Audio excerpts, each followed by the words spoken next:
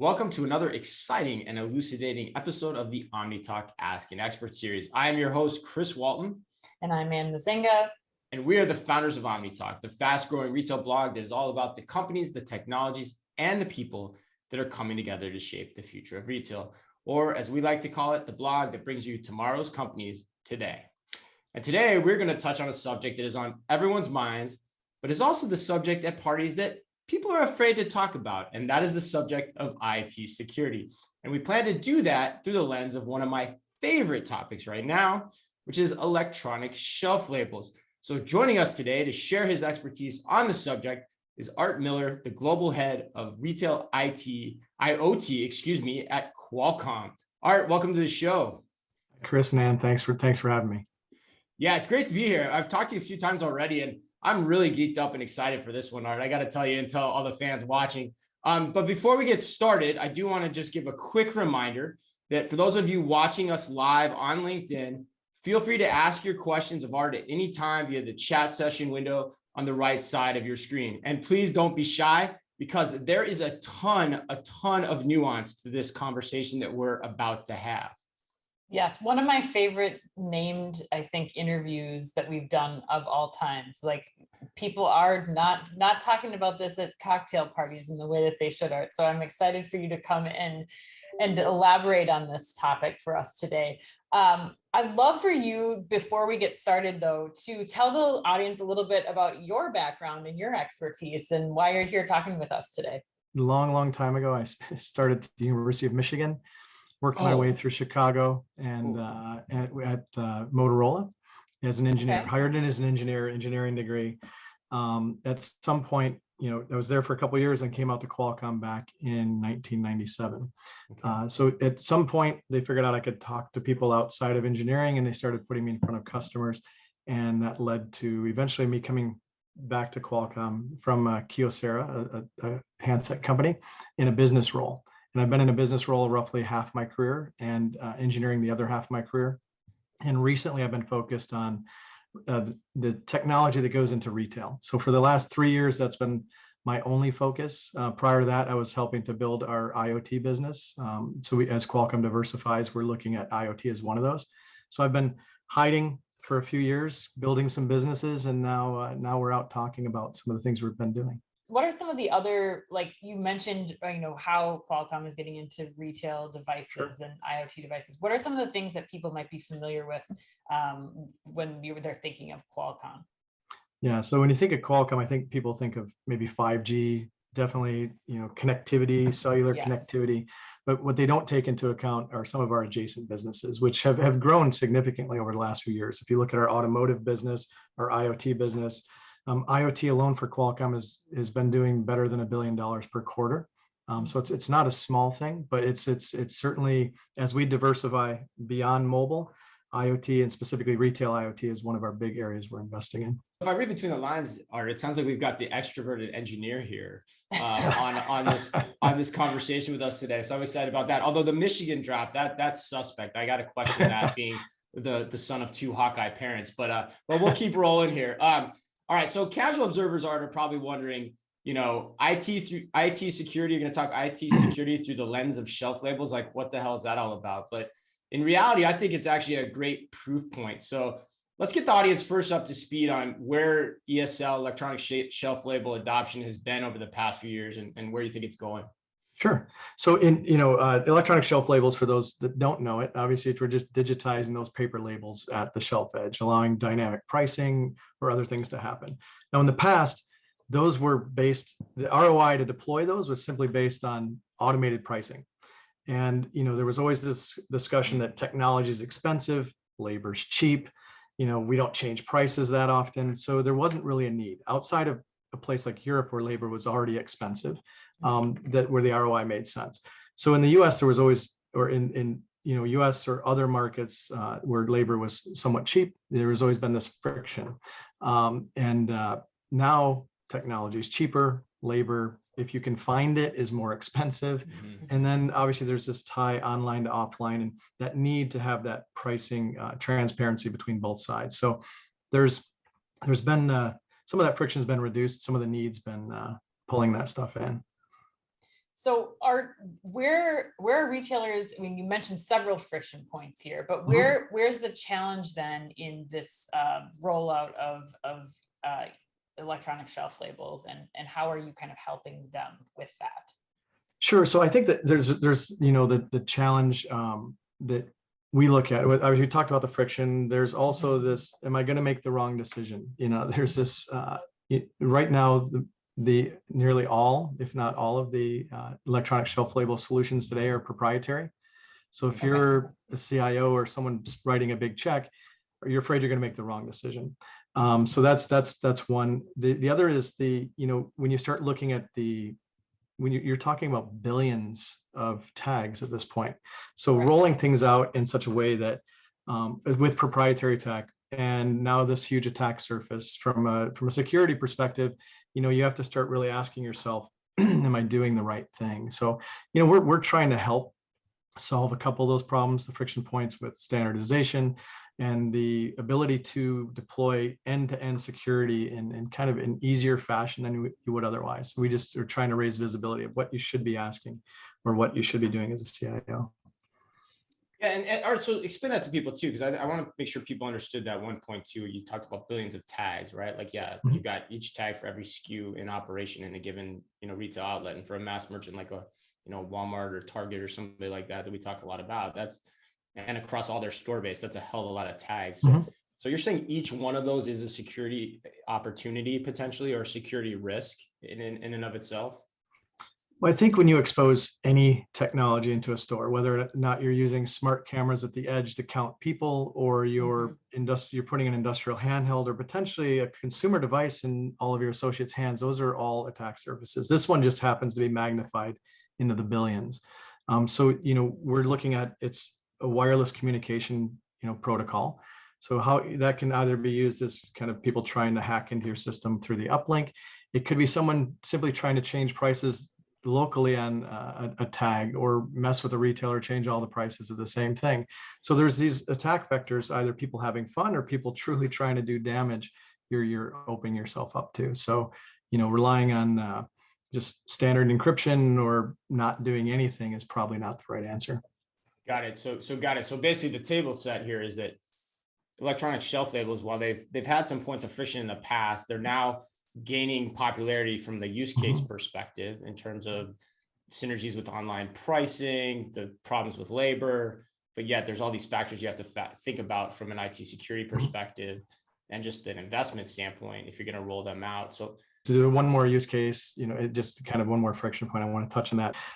When you look at now the way we've changed, our behavior has changed during COVID. We're buying stuff online and picking it up at the curbside or in the store. The challenge is that what we used to do for free, which is run around and fill up our own basket, retailers are paying for. Right. So one ROI that wasn't there a few years ago was picking efficiency. How do I make my employees more efficient at doing the job we used to do on their behalf? So that's, now there's standardization, technology is cheaper, labor is more expensive, and there's new ROIs justifying digitizing that shelf edge that we interact with as consumers. So we'll put that aside. Well, Art, before you go on, tell the audience what that looks like too, because how does a shelf label, maybe for people that are new, how does a shelf label actually help with picking? How does that work? What's it doing? So let's say you're tasked with going around and picking an order, and you now are saying, okay, your next stop is the toothbrush section. And there's you're supposed to get a single soft toothbrush from a particular vendor in whatever color. And you show up and you see all these peg hooks. You may slow down at that point. It may take you some time to find the exact thing. At that point, retailers probably lost any profit they could have made on that toothbrush. So now as you approach, we know your pick list, we know where you are in the store as an associate and what you're picking. When you show up to that peg hook section of toothbrushes, maybe the light starts to flash at this point. You know which one to grab, you keep moving on. So it's kind of, one of these things we focus on. It's not just about consumer experience, but also the associate experience in the store when we're deploying technology, and then operational efficiencies. So, I know we're talking about security, but if you can't fix the experience side or the operational efficiency side, the security is not going to matter at the end of the day either. So, that ability for you to be more efficient as you go through and pick more quickly, or, anticipate where they're going to be or what they need to pull off the shelf is going to be a big part of that. Got it. So it's bringing the it's bringing the warehouse workflow work case into the store by way of the shelf edge, basically the shelf label. Absolutely. And if we weren't virtual too, the toothbrush toothbrush analogy, I would be a little suspect of what you're trying to say to me. But I'm resting assured that was just an example. That was just an example. All right, but get back to it. So what are people to do then to overcome, if those are the issues and why they're gaining more popularity now? How do people need to think about this from an implementation standpoint? Yeah, I think people need to think more broadly on how they're deploying, the technology. I'm not saying everything's foolproof. Security is kind of I don't want to say moving target, but a multi-layered defense mechanism. So if you're deploying stuff, don't rely on out-of-the-box encryption. Don't use one key for the billion ESLs you deploy. So that's if someone does manage to hack, then they have access to everything. So we do a lot of things of creating this multi-layer security. Think of it as at your house, your screen door can protect you from bugs, but maybe not people. Now you close your door, now you're protected from people, and then you have a deadbolt, maybe you have an alarm. So think of security as multi-layered. Don't security as, hey, I have encryption, I'm good, right? Because that doesn't really mean anything. It's a multi-layer security. So what we try to do, we're in a unique position because we constantly think security. Our mobile phones are probably our most protected asset and probably the most vulnerable. So we invest heavily. We've invested heavily in security for a long time, but we have this unique ability to not just look at the security piece, but the communications piece that goes along with it as a company offering all these technologies. So, enabling end-to-end security is very important, but it can't be difficult. It can't be impossible, because if you make implementing security difficult, no one's going to do it. It's going to be too costly to implement. So we believe it's important to make sure it works seamlessly, easy for someone to deploy, and does what it needs. And if you're someone responsible for managing that deployment, you should be thinking about, where do I implement these multiple layers? Do I do something in software? Do I do something in hardware? We're working specifically in kind of that end-to-end shelf use case to go down to hardware-based security, things like root of trust, right, and using keys that are derived from an immutable hardware ID. So, you start talking about that level, it's, again, digging deeper and deeper where it's harder and harder to penetrate a surface. Nothing's impossible, but if we make it hard enough, it's not going to be worth someone's time. Is kind of the goal. But, so we look at that. You should be looking at what security implementation are you doing? How many layers are you putting on? Is it tied to hardware? Is it done in software? And look at the end to end, regardless of the tech you're deploying, shelf edge, handheld, or smart cameras. Those thoughts should be going through your head when you start to deploy tech into retail. Well, and Art, I have a question, because you mentioned earlier that a lot of especially the software that people or retailers are deploying is proprietary. How does that fit into this component? Because I think you mentioned before, like if it's the one system and that system goes down, how are you protecting, the entire end-to-end setup, as you were mentioning? How does that fit into this whole equation? Yeah, so I think not only is proprietary nature of stuff adding the friction coming in, but it also adds the challenges. Are all proprietary solutions created equal, so to speak? So we're a big proponent of standards at Qualcomm. We invest heavily in all standards, BLE, Wi-Fi. I think we're members of 200 standards organizations. So when we look at deployment, we can look at how these things interoperate with each other and make sure that they're all playing nicely. So I think standards becomes a big part of removing the friction and making sure everyone knows what everyone else is doing. But like I said, security, again, you want to make sure that there's kind of everyone's taking a similar approach to security in the multi-layers of security that can be enabled. And we believe heavily that hardware-based security is probably the best level you can get to. And if not too difficult to implement, I think retailers can benefit from that for sure. Got it. So that's the key, the hardware side of it. You said the word standards too, Art. I want to. That's a word I feel like I hear a lot in these conversations too. That's kind of this mythical term. Can you unpack that a little bit for the audience too, in terms of what that means and what role you guys play in that? Because, you know, a lot of people say it, but you guys are actually doing it. So like, what does it mean? Sure. I think, standards from our perspective, it's a bunch of people, and it doesn't mean you can't, create new IP or that you're exposing your IP. The reality is, everyone, if you think about it, everyone contributing to, I'll use Wikipedia, a Wikipedia page, right? The more people that contribute, the more relevant the page is, right? And the more diverse the opinions, and the better the definition. So if you look at everyone contributing to something, so you have a common view, and ultimately what that means is now these things interoperate. When we talk about 5G, the 5G interaction between, if we didn't have standards, how would you talk to the base station? Because each person's implementation may be different and they wouldn't interoperate. So it's very important that it's creating this common language and this common framework for all of us to talk to each other ultimately, and enables an ecosystem that isn't there from a proprietary nature. So it's, if there weren't standards, you wouldn't have the option to choose from multiple phones, or, even pick anything in your life. You wouldn't be able to, that you communicate or talk to, you wouldn't be able to do that across different platforms. You would have to pick.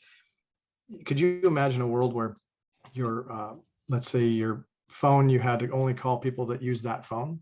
I mean, right. in some cases it's like that. But Right. we're not interested. It's about everyone interoperating, everyone contributing to standards, everyone creating their own intellectual property that then benefit a broader ecosystem. And when you enable this broader ecosystem, it's a rising tide floats all boats, or I guess whatever the phrase is. We all benefit. There's less friction in the environment. There's the more ability for someone to bring services to all of us, not just a particular user. No, that's really, I'm really glad I asked that question. That's really helpful context, because it kind of unlocks it for me, where basically what you're saying is standards are a way to defray the risk from the use of proprietary technology over the short, medium, and long term, depending on how quickly the standards get. And enabling the experience, right, that we're all looking for. That helps also. Yeah, right. It makes it better for everyone. Like you said, 1 + 1 = 3. Okay, so we just talked through shelf labels and some of the complexities there. From your position, I mean, you're an expert in IoT as much as anyone, given your role and what you describe. Where else is this going to come into play in retail? Like, are there other technologies that are going to have to go through a similar exercise here, that we should be thinking about, or, that especially ones that are potentially being talked about a lot in the media right now? Yeah, I think, there's a couple of things. When you start deploying smart cameras, or, I saw, and I'll bring this up because there was a lot of interest last week at NRF, at our booth specifically, around biometrics. And, if you start looking at, biometrics, either how you authenticate someone, whether it's their face, the structure, how you secure that pipeline is going to be a big deal. How you work with banks to make sure they can authenticate a user for payment. So there's a lot of interesting things. So biometrics, I think there's going to be some standardization around there. I think when you start looking at how you deploy, things where you should be concerned, anywhere where you're deploying cameras, state to state, country to country, there's different privacy, regulations. So I think you're going to have to pay close attention to that, and security becomes an even more important part of that video stream, or that screen grab, or whatever you're using to authenticate a user, or even just count people in the store. Doing things, right. And we're a big proponent of do what you're trying to do, enable that use case where it makes sense.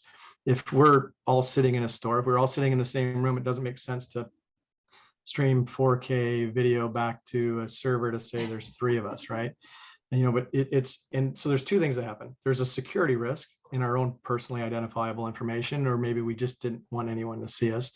And then the second part is it's not the best use of your resources. So when we start talking, it's not just about security, but it's about doing things at the right level. So now if you start doing things, let's say at the shelf edge or at the store edge, and that information never leaves, now you've kind of created a more secure architecture with respect to privacy than you would have had otherwise. So I think when you start looking at AI being deployed, or biometrics, or, like I said, every associate getting their own device running your applications as a retailer, these are things you need to start thinking about, is how they all interact, and what layers and where you process things become a big part of that security architecture. Yeah, it's funny. I mean, I talked to you before in our ref, and actually I used that example of store traffic counting in a Mhm. conversation that we had, because I thought it was really Yeah. interesting. Like, you're like, what's your goal? Like, do you want to just count traffic? Well, Mhm. there's 1,001 ways to count traffic. You don't necessarily Sure. need computer vision to do it, depending on the use case you want.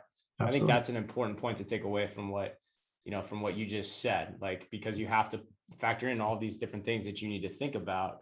And sometimes the most souped up version may not be the best one, even though there Sure. are a ton of use cases that are coming with computer vision. Talk a little bit more about the employee device, though, because Mhm. that was a piece of what you just said, and that definitely seems to be the way people are going. There's the whole bring your own device movement in a lot of ways that I've been hearing Mhm. a lot of people say, BYOD versus BYOB. Sure. What's going on there? So I think things that can be seen as a benefit to the associate could be a risk to the retailer, right? So I think it's important that you just like at Qualcomm we have a massive IT department, and no matter what piece of technology I get, there's firewalls, there's other layers of security, and so you have to think as if you're a corporate IT guy at a massive company. If you start deploying, or bring your own device or allow people access to your corporate servers or applications. So it's important that you're thinking like an IT guy, I think, or when you're deploying what you think is HR needs to think like an IT person. If you start thinking about here's a benefit, but what's that benefit? What's the risk that comes with that benefit? And how do I secure that? So it's either through these kind of split personality or the dual personas, the business versus personal side of things, and allowing some of the high level OS to help split that. It could be how you validate that piece of hardware or that application running to that device. We're very used to VPNs and others. You have to start thinking about that. How is this potential benefit exposing you as a retailer, and does it make sense? Or do you stick with the more tried and true, ruggedized handheld from the likes of, Honeywell or Zebra, which they have tons of security and tons of experience in making sure that you're protected. So there's things to think about. It's not impossible. We all do it today. I'm running corporate applications on my phone successfully. We're big proponents of smartphones. We do pretty well in that business too. But I just think before you just go and develop an app in your garage over the weekend and throw it onto every one of your associates' phones, and it could be simple as a chat app, or I want to make sure that we can share schedules. There's a lot of thought that needs to go into that, and the potential exposure along with it. Anytime you're increasing an attack vector surface, it's opening it up for people. Well, Art, while in a perfect world, I think retailers listening are doing this in advance. Sure. They're not calling you in an emergency situation like some of us are when they have a breach or have an attack. What's your advice for people as they're approaching these situations? What kind of questions should they be asking? Is there like a security rubric they could be using to try to evaluate, where risk areas could be? People listening, this is a safe space. If you have questions to type in the chat for Art, please, or direct message Chris and I, and we can answer them for you and like put it out there safely. But yeah, Art, if you will just kind of cover what should we be doing? Like give us the doctor's orders here. Yeah, so it's certainly not a doctor. Don't take my medical advice, but in either case, I think you mentioned rubric. There is no rubric. It depends. It'll depend use case to use case. Are you securing payment or authenticating a user for payment, or are you authenticating a user for a loyalty program or a coupon? Right. Those are two different levels of maybe security necessary or risk associated with those transactions. So there is no rubric. It's talking about what use case are you trying to enable, and then having a candid conversation with the technologists. Either it could be Qualcomm, could be anyone that are enabling that use case for you. Having a candid conversation on what are you doing with respect to securing the link, what are you doing with respect to securing the data, what are you what layers of security you're doing. It's always layers. Don't just allow someone to say, hey, I have 256 encryption or whatever it may be. That's not security. It is security, but it's certainly not, it may not be enough for all applications. So I think it's important just to have a candid conversation saying, here, what are my risks and what are you doing to protect me? And it'll depend on the use case more so than just a standard box of here's what you should be asking. And Art, is it as simple as that? I mean, is that where people are bringing you in? Is it, we're going to like roll out this new, associate device program or whatever, and then they are working with you directly at that point to just help make sure they have all the layers in place that they need? Yeah. So what a lot of folks are asking us is, what questions should I ask? Okay. We may not, we're not going to come in and necessarily say, here's exactly what you need to do, but, Sure. or, we can at least say, here's the things you need to be worried about. Here's the questions you should be asking, right? Yeah, And the if you worst ask the case right scenarios. questions, it's going to expose someone who has better security than someone who doesn't. So I think it's key. And we're obviously in a unique position where we have all forms of wireless tech. We're in artificial intelligence. We invest heavily in security. We invest heavily in edge processing. So when people come to us, we're engaged with retailers, actively engaged with retailers today, talking about use cases. And when we get into the use cases, we can at least, we can, Qualcomm's not selling anything to the retailers. We're selling through our 13,000 partners. So we can at least say, when you're out talking to someone, you need to ask these questions. And like I said, it'll all depend on what they're trying to do, what their intent is. And to be honest, we're providing advice. Whether or not people choose to listen, that's up to them. We're just trying to make everyone aware is the goal. So really, you're like a shepherd in that situation. Trying to, Sure, except herding cats instead of sheep. It's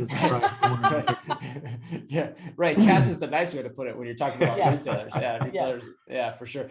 All right. Well, let's get you out on this question. And I think you can kind of tell this from the way we set this up too, which is, it feels like, I'm guessing you would say that a lot of these issues that we've just discussed, particularly around electronic shelf labels, are getting solved. And so my question for you to leave the audience with is, what's your prediction for the use of electronic shelf labels going forward? Like, is there anything you can tell us in terms of what we should expect to see on the retail horizon here over the next year to 2 years? Sure. Yeah, I think, I mentioned some friction points earlier, or maybe some reservations on deploying tech earlier. Those start to go away as new ROIs, come into play, or the need, when your bottom line starts getting impacted. So there's going to be more pull. So I think the key thing is what we will experience as consumers once that happens. I talked about the associate use case where their life becomes easier to pick, so they're more efficient. But now when we're going through the store, it's digitizing that edge isn't just about, changing prices. It's about enabling experiences, the potential for us to dynamically change pricing, and we as consumers benefiting, maybe knowing more about the product at the shelf edge, maybe allowing us to complete a transaction at shelf edge when something is no longer there. Let's say something is out of stock. There's no reason we can't change the persona of that shelf tag into a means by which to order something. So, I think there's going to be I think we're going to see experiences start to be enabled after these initial ROIs of automated pricing and picking, justify this, that we as consumers are going to want. And then once we experience that, you're going to start seeing more pull from us as consumers on expectations in store. So I think there's this, a lot of the friction's been removed. We're working to standardize things. We're working to fix security. Technology pricing is going down, labor prices going. So a lot of those friction points are gone, and we're enabling technology. But then the experiences, then it all shifts to experience at that point. The experiences are going to be enabled at one retailer versus others. I think will cause kind of a market shift in behavior and adoption of electronic shelf labels. Now, it's when you're talking thousands of stores and billions of devices, it's going to take some time, but I think the retailers that adopt earlier and provide those experiences are going to have an advantage over some of the others that have not adopted the technology. So we're kind of at this, at this cliff. We're all about ready to dive in, and I think when we get in there, it's going to be pretty cool. The experiences that we're going to see and come to expect. I mean, that's really where it's going. So I see adoption going up significantly over the next few years. You do. So you think people are at the cliff and have already jumped in, and that we're going to see some pretty large scale implementations of electronic shelf label deployments here over the Yes. next 12 Yes. months? I certainly do. I think, all the headwinds and tailwinds combined are certainly pushing people off a cliff that haven't necessarily thought of jumping before. And then, like I said, when we as retail consumers start experiencing it, I think there's going to be further pull for that experience. Nice. Jump off the cliff, retailers, because the water's actually pretty warm on this one, from our opinion, too. I mean, I've been pushing electronic shelf labels like it was my job since 2016, when it actually was my job, man. Yes, that's true. That's true. But yeah.